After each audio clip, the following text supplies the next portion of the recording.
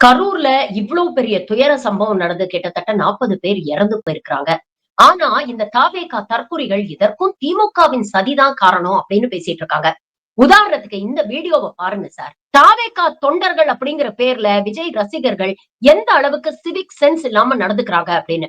விஜய் வரக்கூடிய வண்டியை பின்தொடர்ந்து இந்த மாதிரி வரக்கூடாது அப்படின்னு தெளிவா காவல்துறை அறிவுறுத்தி இருந்தும் இவங்க எவ்வளவு அபாயகரமான ஒரு விஷயத்த செஞ்சுட்டு இருக்காங்க அப்படிங்கறத இந்த காணொலியை பார்த்தா புரியும்.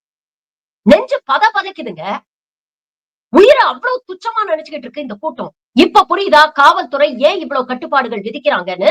காவல்துறை கட்டுப்பாட்டெல்லாம் மீறி செயல்பட்டுட்டு இவ்வளவு உயிரை காவு வாங்கிட்டு இப்ப இது திமுகவுடைய சதி அப்படின்னு உங்களால எப்படி பேச முடியுது? அந்த அளவுக்கு உங்களை மூளைச்சலவை செய்து வச்சிருக்காங்களா? தம்பிகளா கொஞ்சம் யோசிச்சு பாருங்க. உங்க உயிரு உங்க எதிர்காலம் தான் உங்களுக்கு முக்கியம்.